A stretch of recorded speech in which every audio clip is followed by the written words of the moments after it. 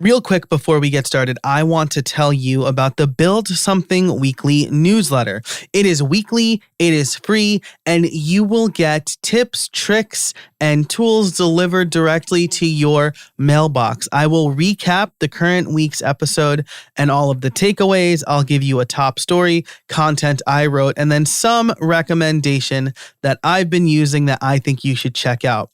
So it is free. It is weekly. It's over at howibuilt.it/subscribe. Go ahead and sign up over at howibuilt.it/subscribe.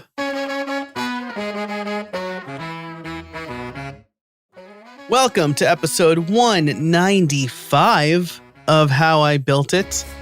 Today's sponsors are Yes Please Coffee, iThemes, and Hostinger. And today we're talking to Naomi C Bush. Now, throughout this season, we've talked about how to create content that builds your audience.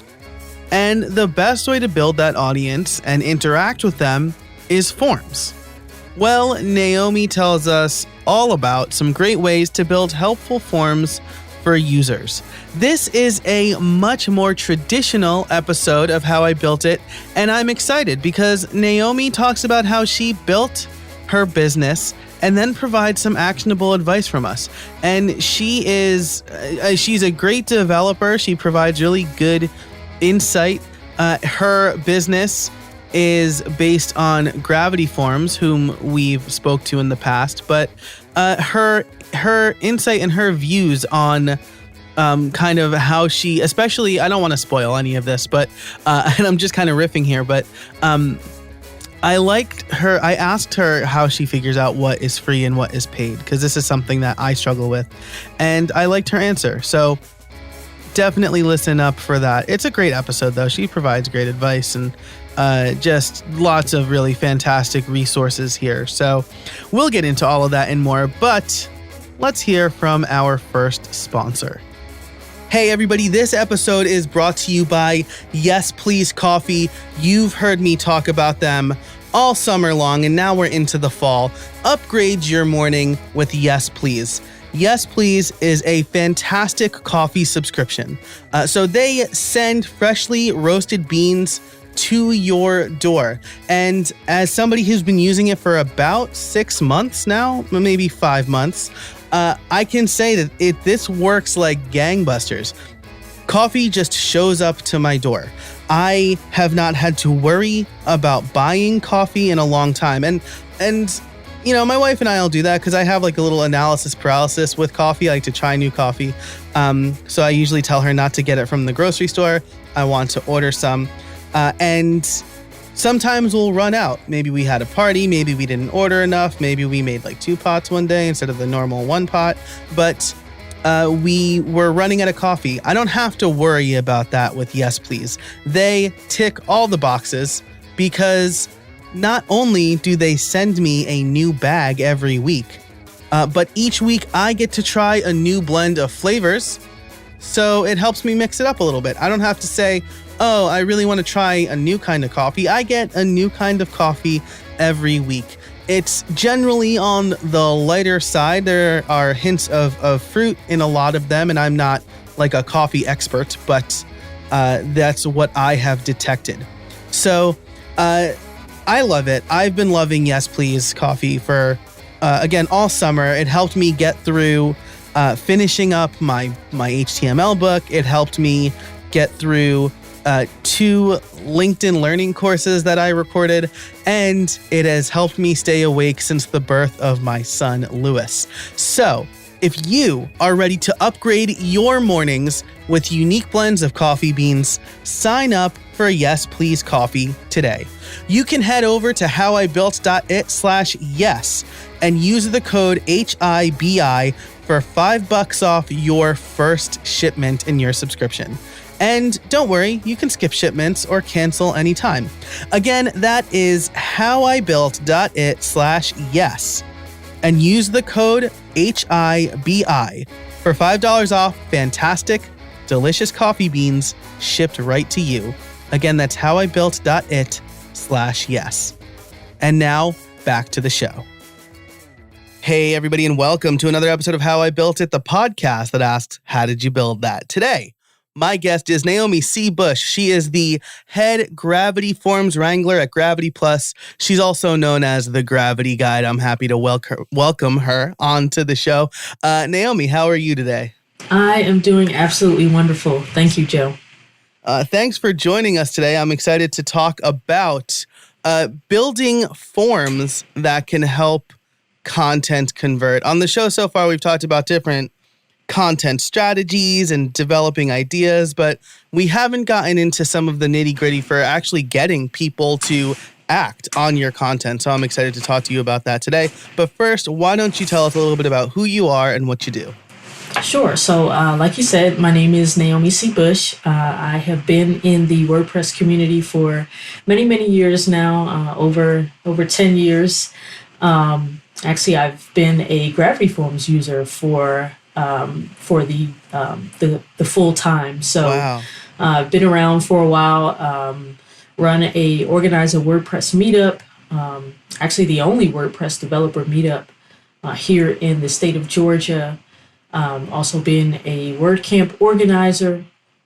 And I don't know if you remember the original Gravity Forms forums, but I was an active member of those. So, I'm just really, really proud of the fact that I've been able to contribute to both the wider WordPress community as well as the Gravity Forms community. And so where my Gravity Forms experience comes in is, as a Gravity Forms user, I needed a Stripe add-on.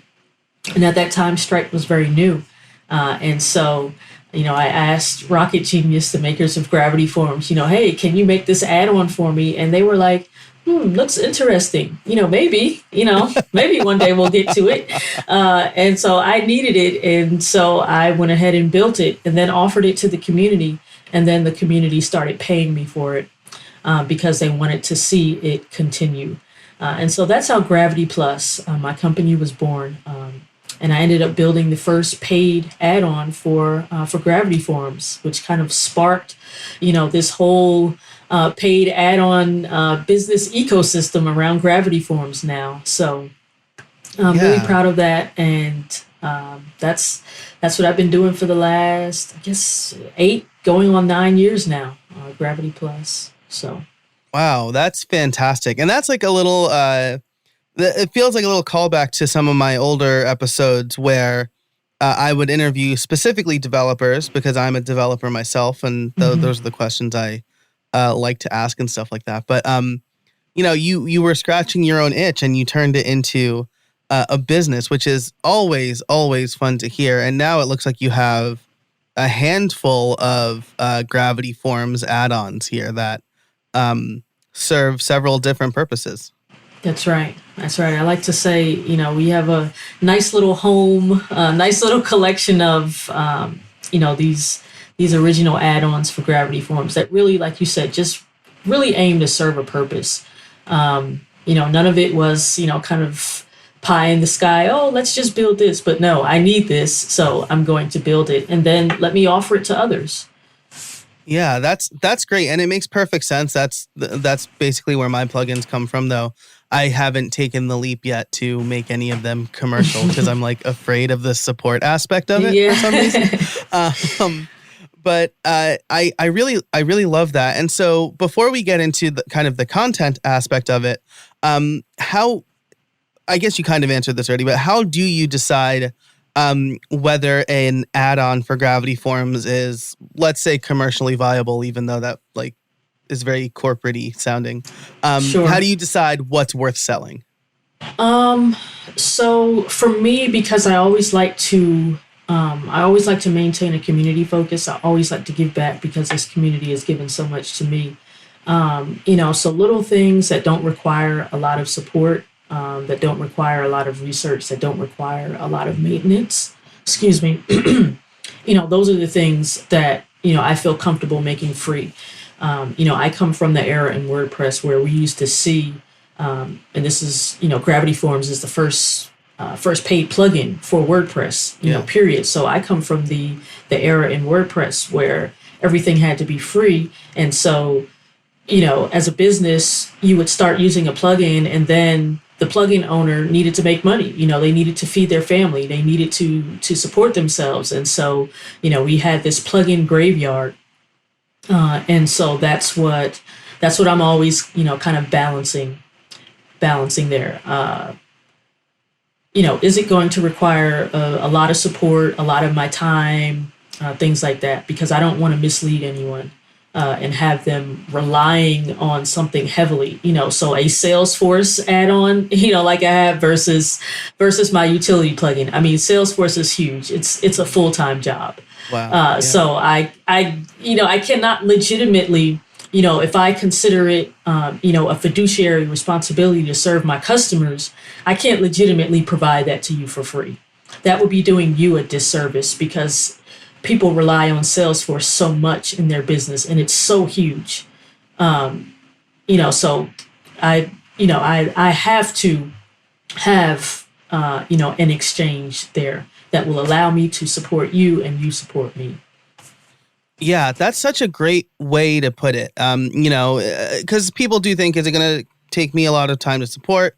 Can I, are people willing to pay for it? But if you're going to have a fiduciary responsibility, I really love that that phrasing, then I think it really is important, right? It's the difference between when I put out a YouTube video versus when I put out a course, because That's right. YouTube videos are not going to be supported as well as if you are a student in my courses and you have access to my forums. That's right. So that's going to, again, depend on the content. What am I teaching? What are you building? So I think that's really great. And as far as, so for anybody who's listening who's not necessarily a WordPress user, there are a lot of forms plugins for WordPress. There are a lot of free forms plugins for WordPress. Gravity Forms is completely paid. And let me tell you, as somebody who's been through the lot of them, I always make my way back to Gravity Forms. Yeah. I know the Ninja Forms guys. James has been on my show. I'm a big fan of their work. But for what I use and generally the level at which I'm using Gravity Forms, it makes more financial sense for me to pay for Gravity Forms, and all of their add-ons is one thing. And the developer hooks and the customization, I feel, in Gravity Forms is a little bit better there too. Absolutely. I've been there as well, kind of been around the whole Forms plugin, because, once you start with one, then there's the, there's the allure of, oh, well, let me do all of the Forms plugins. Let me provide add-ons for all of them. And so I ran into the maturity issue and, ended up back at Gravity Forms. So. Awesome. Yeah.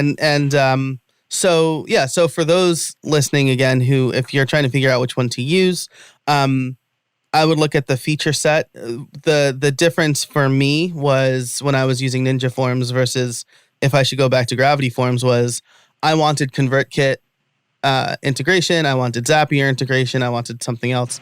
And right there, the cost of Gravity Forms outweighed or was lower than the cost of all of the add-ons or whatever for Ninja Forms. Plus, again, as a developer myself, I have an easier time customizing Gravity Forms as needed.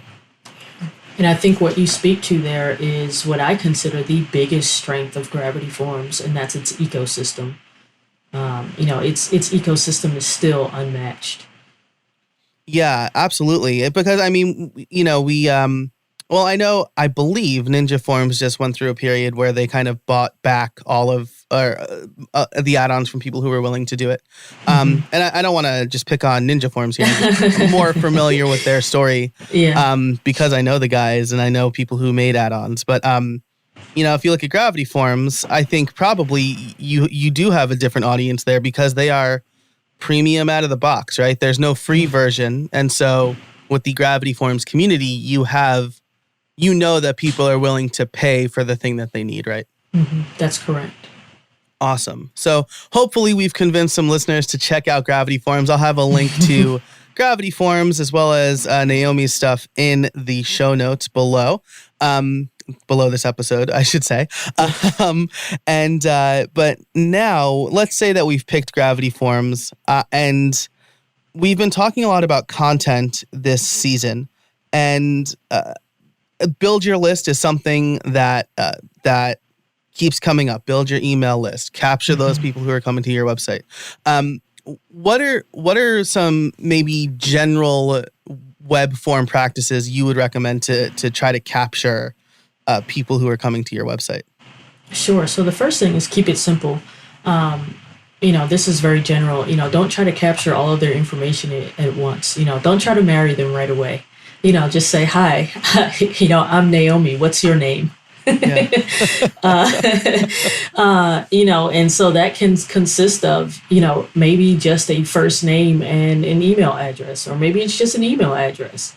That's something very general. That's the first thing in terms of a general web form practice. I would say the next thing is offer them something. Something that I've seen a lot is, I think over the years, it's become known as a content upgrade. But I've seen it on these larger sites where they'll say, you know what, we're providing you great content. It's a little bit longer. Would you like to have a PDF copy of this? We'll send it to you. And so right there in the article, the person can put their email address and they'll receive a PDF copy of the article itself. And you can do that's just a form. One of the things that you'll always hear me say throughout any of my talks is that a form is simply a way to receive information and then do something with it. So if you want to send someone a PDF copy of the article, well, you need to receive their email address so that you know where to send it. So a form is a way that you would do that. So that's something very simple, very general that I've seen in terms of building that list. Awesome. Yeah. And I like that first tip. Don't marry them all at once. I really like that. Because even with checkout forms, like I'm primed and I'm ready to buy something, and then like they want my phone number or something, and I'm like, you don't need my phone number. Yeah. So like, it's too many fields. Asking them for too much information at once could be a turnoff. And as far as the content upgrade goes, I have a follow-up question, because I will stick, I'll stick a form at the bottom of the article. People have made it to the end. So I assume they liked it, or they were just like hate reading it. But I've also seen content upgrade forms kind of in the middle of an article. Do you have any opinions on that, or have you seen anything that works or doesn't work there? I think that's great.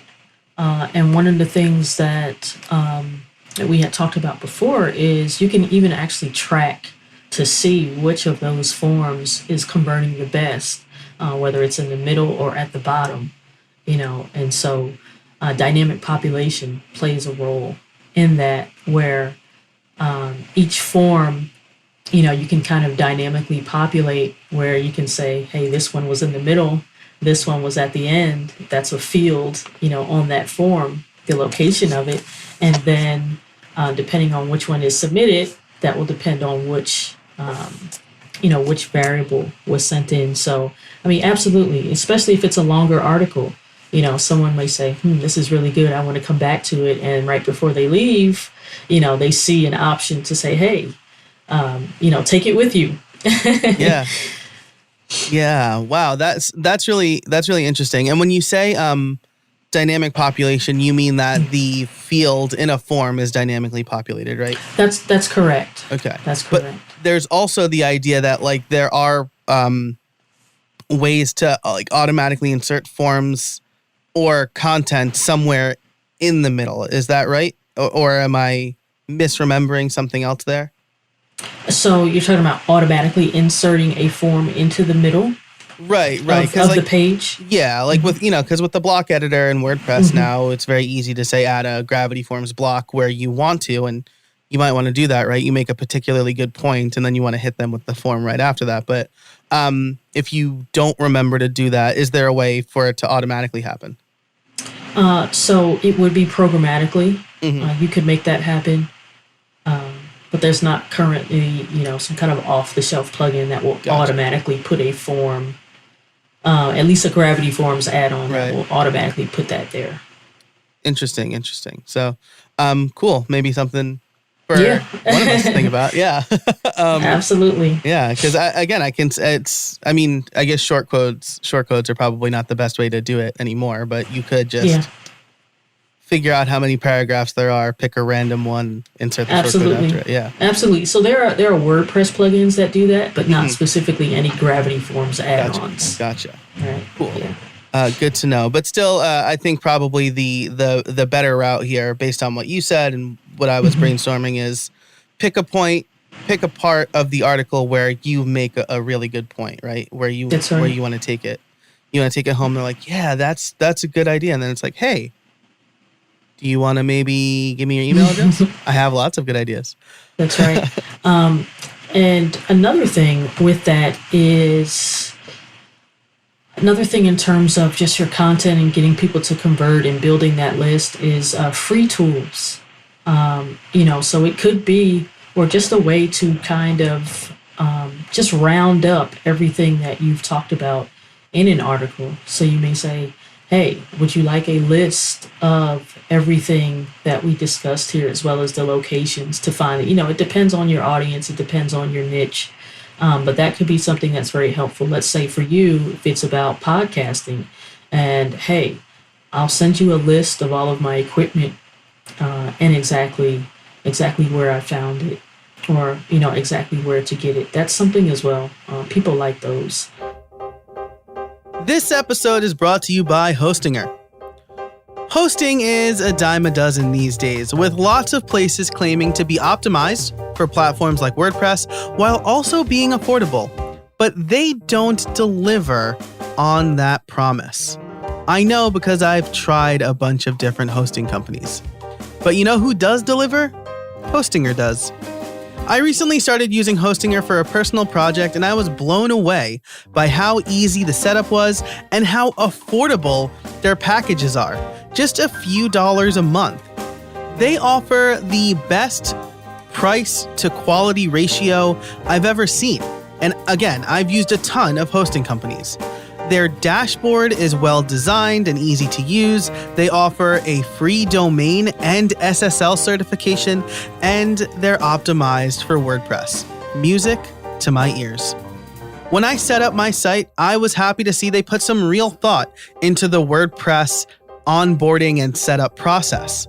Buying a domain was easy. Then you pick the template you want to use, and they set up the site for you in mere minutes. Plus, they use Astra for all of their site templates with an assist for Elementor.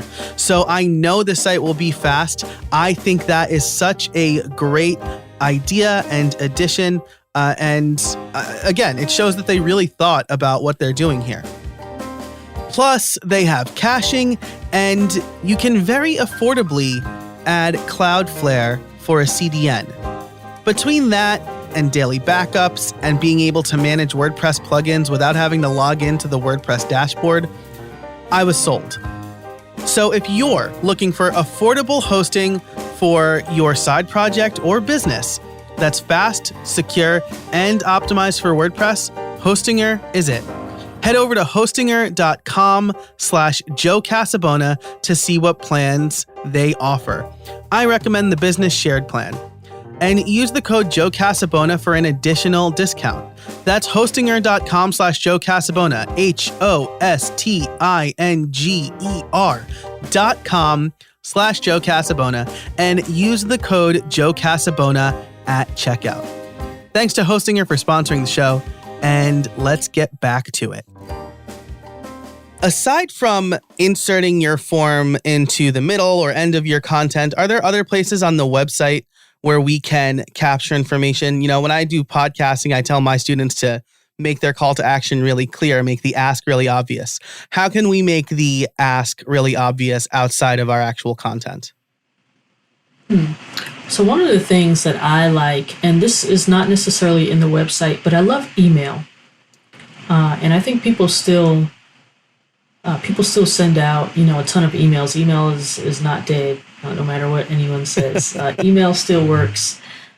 And so one of the things that I like to do is I like to make it very easy for my audience to respond to something in email. And so what you might see is It could be, a simple yes or no. Is this something that you would like to see, yes or no? And in the email, is actually, each link actually has a dynamically populated parameter in the link. So the first link that says yes, it will be the link to the page with my form, and it will have a dynamic parameter on there that will say, the answer to this field is yes. And then the other one, if it's no, it will go to the same page, but the field will be dynamically populated with the parameter no. So when the person clicks one or the other link, it takes them to the page with the form on it with that parameter already populated. And then I have an auto submit plugin that when that page is visited, the form is automatically submitted, and the confirmation message shows up. Right? So if you are asking your audience to reply to something, the thing that they can be afraid of the most is like, oh gosh, I'm going to have to go take this long form. And you're like, no, in the email, just simply click yes or no. Just simply click this link or this link. And they click it, and it takes them directly to the page, and it says, okay, thank you. Yeah. Because I've already dynamically populated all of the fields that I need directly in the link. So that is actually one of my favorite ways to engage with an audience outside of the website or outside of maybe a post itself. Yeah, that's really fantastic, right? Because one of the things that I definitely struggle with, I'm sure a lot of people struggle with, is actually getting people to respond to email, right? Like every week I send out a weekly email, and I'll have a question in it, or usually the first email I send in a new subscriber sequence is this question, but people might not want to write out a full answer, or maybe they think why take the time if they don't think I'm going to read it or something. But making their answer as simple as possible by asking it in the email, having the link include all the information for the form, and then using an auto submit plugin to make it so all you have to do is click, and I'll take care of the rest. I think that's such a great idea, and I'm definitely going to start implementing that on my sites, because I was doing it with like ConvertKit tags, but like tags, they're not a great way to, well, if you ask Brett and Dunn, they're not a great way to do anything, but they're definitely not a great way to like gather information, especially if you're asking different types of questions. And I've got too many tags and it gives me agita. So, yeah, so I think this is a great idea. Plus, with Gravity Forms, the information will automatically be stored in your WordPress site. Awesome. That's right. And then what I do is, just in case there is some additional information I need, so let's say I need them to answer another question or provide me, maybe I need a paragraph field because I need them to provide me with something written, something, that they have to come up with on their own, not something that I can predict. I'll have it so that the form will be able to show that field, but after I've already captured their initial information. So that kind of goes back to my first point, where it's like only collect the information that you need at that time. So I guess you could call it just in time information collection. So if I don't absolutely need your email to go to the next point, or if I don't absolutely need your last name to move to the next step, then I'm only going to ask you for your first. And then later, I can ask you for your last. And if you don't give me your last, that's okay, because I have your first and I can use your first. And we'll get to know each other a little bit better, and then you may feel more comfortable giving me your last. So Yeah, absolutely. So again, that's really important, right? For people who are listening and maybe they are building out more complex websites, is you can use Gravity Forms and some of the tools that Naomi has built to capture information as it's added, essentially, right? So, right. And you should, of course, like, I'm not a lawyer, and GDPR is a thing, and other privacy protection acts here in the United States are a thing. So, adhere to the laws that govern you and your business. But if you can capture what your users are willing to offer, then do that as soon as you can. Don't make them fill out like a mile long form and then make them hit submit. And then, if something goes wrong or they abandon it, you don't have that information. So I think that's really great. That's right. And I think to that point also, in terms of not making them fill out a mile-long form, it's also don't make them fill out the information that they've already given you. So use the information that you already have. Yes. Yes. And there are several ways to do that with Gravity Forms. Yeah, that's another thing that I really think about, that I try to implement. It's easier said than done in some cases, but I've set up my system so that, for example, if I'm having a sale for one of my courses, I'm not emailing the people who have already purchased. That's right. Yeah. That's like a common personalization thing, but the same for my users, right? If they've already given me money for something, I want to make that the checkout process for the next thing as easy as possible, where they don't have to put in their address. I never need their address because I sell digital goods, right? So I'm only going to ask what I need. So that's right. Yeah. Awesome. So there was a lot of really good advice in there. Kind of capture what they've already answered and then ask for more information. And then if they're not ready, they don't have to be ready, right? I met somebody in my younger days at a bar, and we bonded over cigars, and then they just told me way too personal stuff for like the first 15 minutes of me meeting them. So, don't freak out your users by asking them too many prying questions at first. That's right.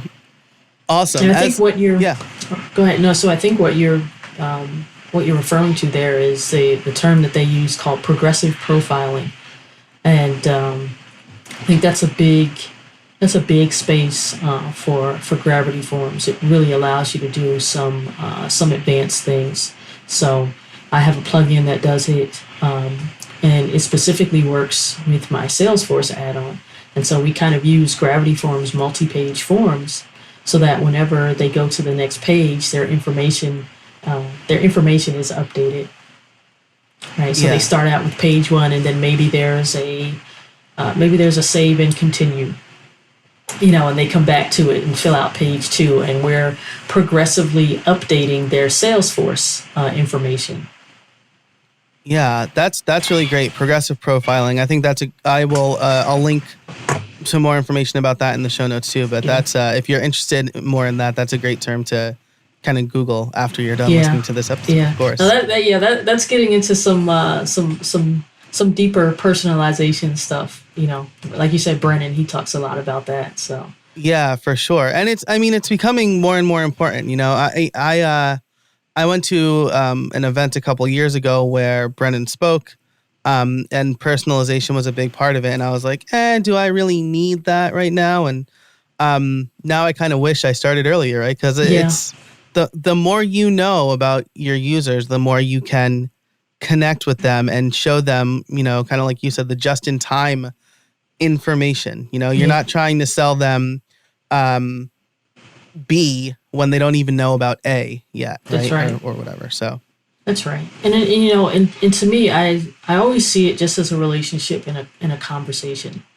And like you said, the key word there is serve. We're here to serve an audience, and like you said, the more that I know, the more that we can talk and relate, then the more I can understand your needs, and then I'm able to meet those. So, and I think forums are a great way to do that. And that's actually another use of forms that I see that people really like, and that's with those like quizzes and assessments and surveys. Those are huge. If you go, I think it's BuzzFeed, there are all these sites that all they do is they use these quizzes because people are so attracted to them. I have this, there's a talk that I gave about it, and one of the questions I said, is what's your spirit animal? People love that, but whatever your content is. So let's say for you, if it's podcasting, you can just ask a series of questions, and you can become a recommendation engine for your audience. So ask, okay, how big is your space? What kind of lighting do you have? How many podcasts a week are you going to be, how many episodes a week are you going to be recording? Just to find out their usage. And then behind the scenes, you can calculate all of that and give your best recommendations for what they need and say, hey, I'll email it to you. Yeah. As well. So that's another way to kind of capture, to capture what's going on. And, I think in the process of building your list, you're also creating content and you're allowing your audience to help you create that content as well. And so I think that that's something to point out. This episode is brought to you by iThemes. Now, did you know that 60% of website breaches occur because of a vulnerability that could have been patched but wasn't? That means that having software with known vulnerabilities installed on your site gives hackers the blueprint they need to take over your site. And every day it gets harder and harder to keep track of every disclosed WordPress vulnerability. In fact, just recently there was a huge vulnerability that affected something like 1 million sites that was overlooked or maybe just wasn't patched quick enough. And if you don't follow the WordPress news, then you wouldn't know, right? I get a bunch of WordPress newsletters, that's how I knew. But not everybody does that. Well, to solve that problem, the iThemes Security Pro plugin, created a better way to protect your sites against software vulnerabilities. That is the number one culprit of compromised WordPress websites. And let me tell you, I have been using iThemes Security Pro on lots of my websites. They come included with my hosting provider, and it does a lot more than just scan and patch vulnerabilities. It adds brute force protection. If somebody's trying to brute force my website, I get notifications of lockouts and IP addresses and things like that. It includes two-factor authentication and passwordless logins, and it even has compromised password protection, as well as a whole lot more, designed to keep you and your website safe and your customers' information safe. If you have an e-commerce website or just a website with user information on it, right? That's super important these days. So, to sum up, the iThemes Security Pro plugin, designed to keep your website safe without you having to worry about it, checks for the latest vulnerabilities, patches them automatically so you don't have to, and does a whole lot more. You can get this plugin by going over to howibuilt.it/iThemes, and they'll give How I Built It customers 20% off with the code HowIBuiltIt at checkout.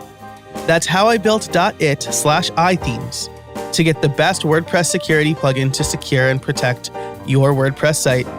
Make sure to use HowIBuiltIt at checkout to get 20% off. All right, and now back to the show. You go to these websites and it's probably from RightMessage, but It might be Gravity Forms, or it's some other form or chatbot thing. But it's just like, hey, what are you most interested in? Hey, where are you in this journey, right? And I always think, should I add this? Do I have enough traffic to get useful information? But asking questions about where they are in the journey, again, helps me serve them. If they already have a podcast, I shouldn't be telling them about my podcast liftoff launch course, right? They don't need to learn how to launch a podcast. Maybe they want to learn how to monetize their podcast or whatever. So that's right. I think that's really important. And so as far as quizzes, assessments, and surveys, and maybe other places where you can add forms, this is not something I've tried with Gravity Forms, but I assume it's probably possible, right? You have a little form or a modal that you can embed, because Gravity Forms does support like short codes and dynamically generating them in places. That's right. Yeah, so maybe that's something else to consider as well. And as we come up on time here, I do want to ask you, let's say somebody is starting a new website. Maybe it's not their first, but maybe it is. What recommendations do you have for, let's say, strategically placing a couple of forms on their website and how to get started with Gravity Forms specifically? Okay. All right. So strategically placing the forms on the website. So we kind of talked about in the article itself. I think another good place is, and like you mentioned, that right message pop-up.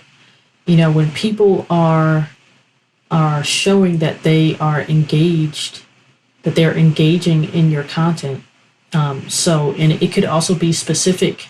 So for me, I have a product website, so I may have on each product page, I'll have a specific form that is directly related to that product. Another place, and this is for people who sell things, is right after a purchase, I will ask a question. Because if you think about right at that point of purchase, is this person is sold, they're sold enough, they pulled out their credit card, they gave you their money, now is the perfect time, to ask something that can help you continue serving them. So that's another place where I put things. I know people know about exit intents and those types of things, so I won't go there. I personally, this might be a little different, but I think when people first visit your website, that could be a good time to reiterate that, hey, this is a relationship. I want to serve you. Who are you? Yeah. What do you need? Yeah, I especially if you serve multiple audiences, right? I just set up a get started page, where I podcasting or development, like I have development courses and a book coming out. It'll probably be out by the time this episode comes out. But oh, nice. Yeah, HTML and CSS. Okay. I talk all about how to build your own forms from scratch there. Which once you read that chapter, you'll probably want to just get Gravity a Forms plugin. Yeah, exactly. Actually, a quick aside, I was like a little bit rusty in that chapter. I'm like, how do I do this again? Like, how do I associate a label with an input? My development audience, my podcast audience probably doesn't care about development. So why do I want to tell them about like what's new in PHP 8.0 or whatever if they have no idea what that is? So I think that's really great. I want to ask a follow-up question here, even though I just said like where's a couple of places. You said on each product page you have a form directly related to that product. I am somehow a digital hoarder and a minimalist. Okay. So I try to keep as few forms as possible on my website, but is that the right strategy? Should I have like a bunch of different forms for a bunch of different use cases? Sure. So there's a balance. It really depends on what you want to track, how you want to track it, and if it's and here's where I really kind of draw the line. If it is the same form and it has the same fields, okay, you don't need 99% of the fields are the same, and the only thing that's different is the product itself. You don't need a different form, and you can, use dynamic population to distinguish between which page and which product this form was referring to. I mean, I see that all the time. People will, especially for events, people will have the same exact form, and the only thing different is the event name and maybe the event date. And I'm like, okay, you don't need that. Yeah, you can change just that. The same form. Yep. But again, there is a balance there. It could depend on your tracking, but I still think that you can track effectively even with the same form and just, using that different parameter. So there is a balance. If it's the same exact fields, 99% of the fields are the same, then you can use the same form.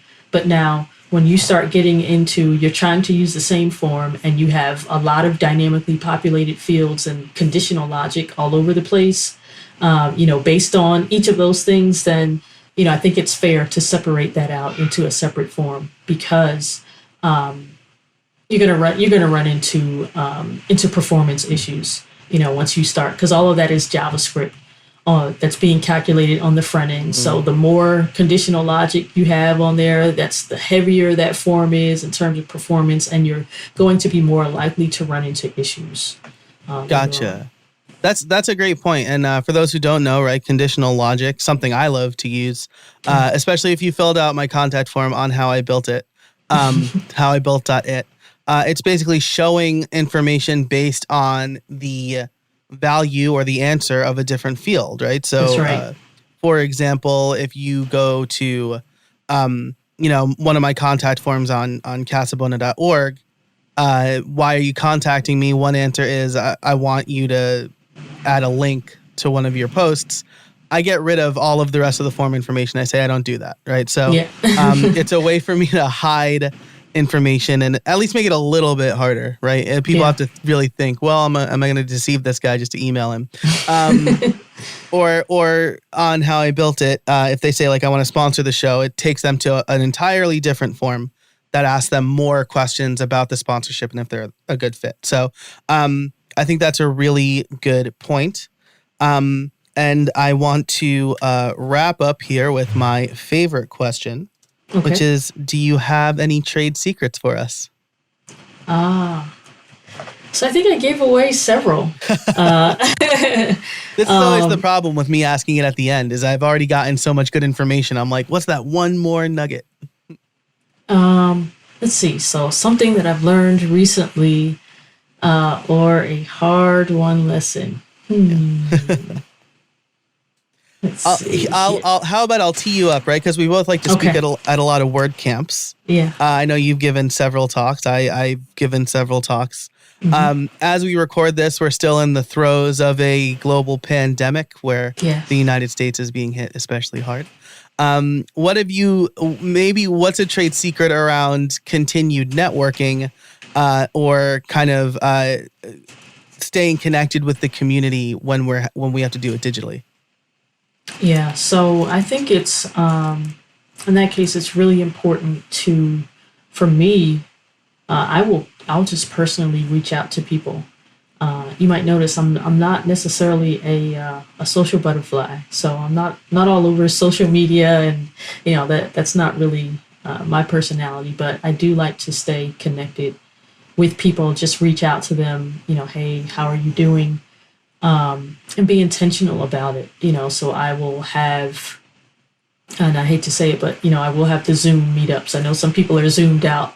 Whether it's once a week, once a month, once a quarter, I'll make sure that I continue to just reach out to people and develop those relationships. Keep those relationships going on. So, I think the community is important more now than ever. I didn't realize how much I missed it, because I do primarily work from home, and then not being able to go out and meet with my local meetup, and word camps, that those were all just very good kind of reprieves from this, working by yourself life. So. Yeah, for sure. I think that's great.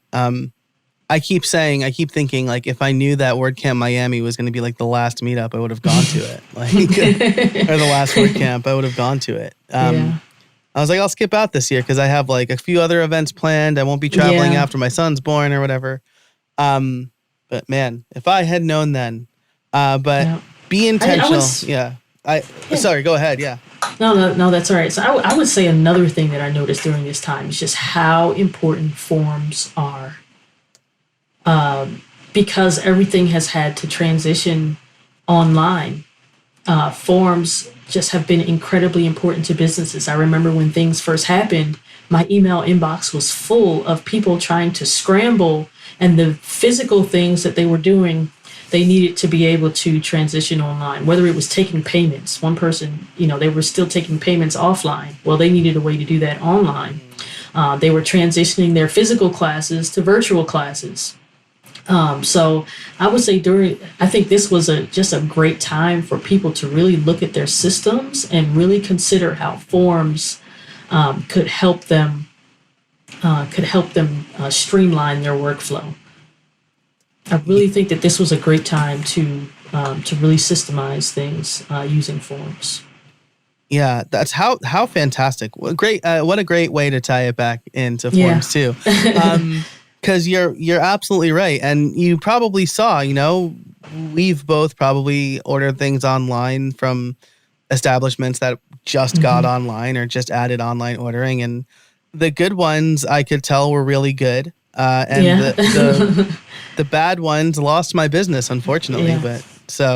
Or like I decided to go through. There's like a local restaurant where their website is just a train wreck, and so I still go through like DoorDash or something because it's a lot easier for me, and I feel a little bit bad about it, but I don't really trust putting my credit card information on their website. So I mean, if it's a company that I really like, I've been volunteering a lot. Hey, you just pay for your tools and supplies. Don't worry about the labor or anything. I will help you.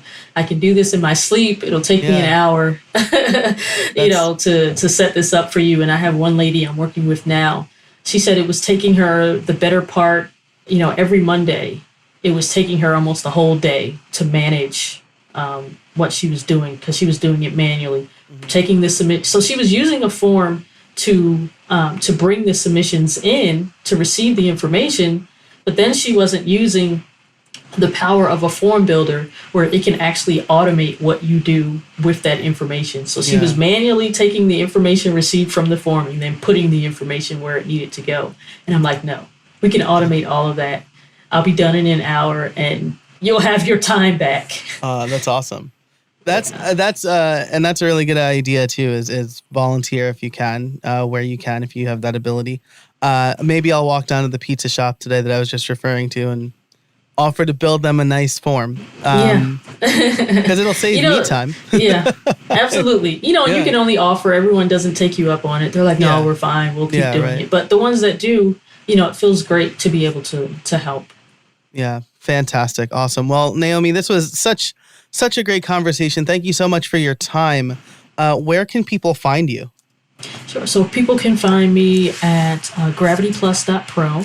That's my add-on business. And then also the Gravity Guide. So thegravity.guide. All right. Awesome. I will link to that and everything we talked about in the show notes over at howibuilt.it. Thanks so much for listening. And Naomi, thanks so much for your time. I really appreciate it. Thank you for having me. Thanks so much to Naomi for joining us this week. A lot of the show notes, the notes I took during this interview are so long.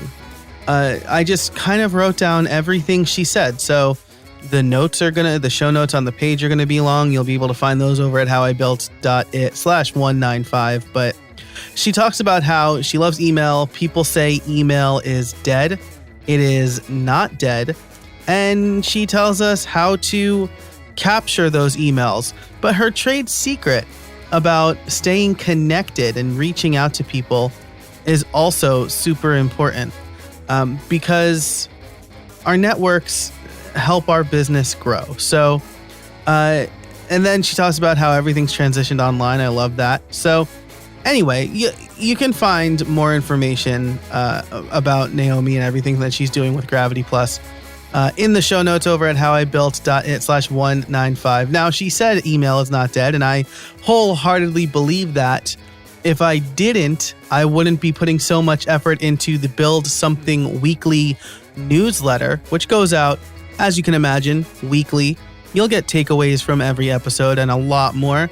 So there'll be a sign-up page a sign-up form over at howibuilt.it/195 for that too. You'll also be able to find out more about our sponsors, Yes Please Coffee, iThemes, and Hostinger. And I want to thank them because the show wouldn't happen without them as we come to wrap up this year. Their support has been incredibly important to me, as has your support. Thank you for listening, dear listener. And until next time, get out there and build something.